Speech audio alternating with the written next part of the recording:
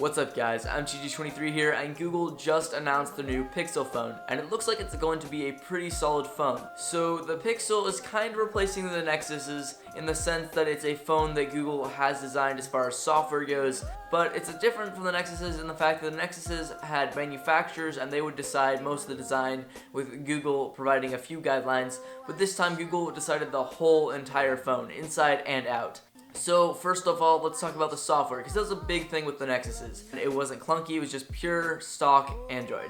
And that has actually changed slightly. So for the most part it's stock Android, but they did add a launcher over top, and it does change the look. So all the apps are circular, and I'm not sure about how that works with installed apps, but all the stock apps that come on the phone are now in the shape of a circle. So that's just a slight change, and I don't think it'll be that big a deal. So as far as design goes, it's made of aluminum and glass. So on the back, the aluminum is most of the way up the phone, and then once you get to slightly below the fingerprint sensor, which is on the back of the phone, you get to this glass, and that goes to the top of the phone. So it didn't look too good in renders, but actually from what I've seen in other videos and the promotional material, it actually looks pretty good.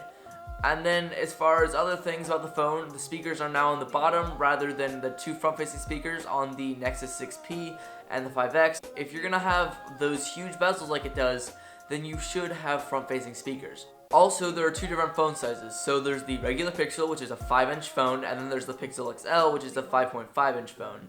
Both have AMOLED displays, and the Pixel has a 1080p display, and the Pixel XL has a Quad HD display.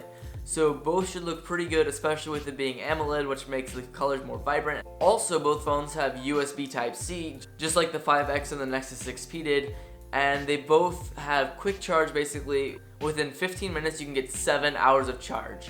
As far as the battery size goes, the Pixel has a 2770 milliamp battery, and the Pixel XL has a 3450 milliamp battery. So as far as specs go, it has a Snapdragon 821, Adreno 530 GPU, and 4 GB of RAM.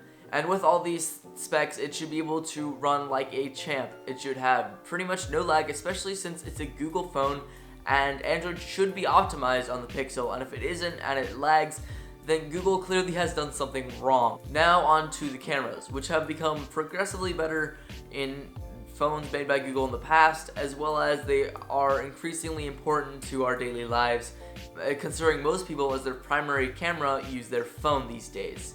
So Google boasted a lot about this camera, and it sounds like it's going to be pretty good. So it's a 12.3 megapixel camera with an aperture of f2.0, and it also has large pixel size, so it can capture a lot of low light photos. And it also can record 4K at 30 frames per second and slow motion at full HD at 120 frames per second and 240 frames per second. Also, as far as the front-facing camera, it has an 8 megapixel camera with an aperture of f2.4, which should also be good for low-light photos. So I'm really excited to see how this camera is going to do, and it sounds like it's going to be a really good camera, and I'm just excited to see what people find out about it. Also, they mentioned that it has Bluetooth 4.2, and it also has Google's new assistant, Google Assistant. So it seems like it's going to be pretty cool. It's kind of like Google Now on tap, except better because you can talk to it. It seems to like it'll really be useful. Let's hope that it works as well as it did on stage, and that it'll be a really cool feature to have and the Pixel phone that'll make it stand out. They also talked about Daydream and how it was one of the few Daydream-ready phones from when Daydream is released.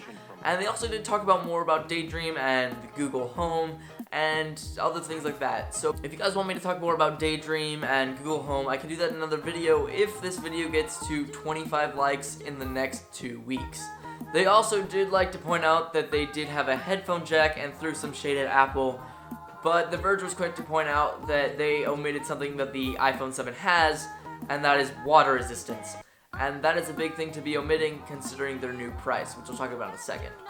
Finally, it's the most important thing about all phones, and that is the color options. So Google came up with some really great names. 10 out of 10 Google for your creativity.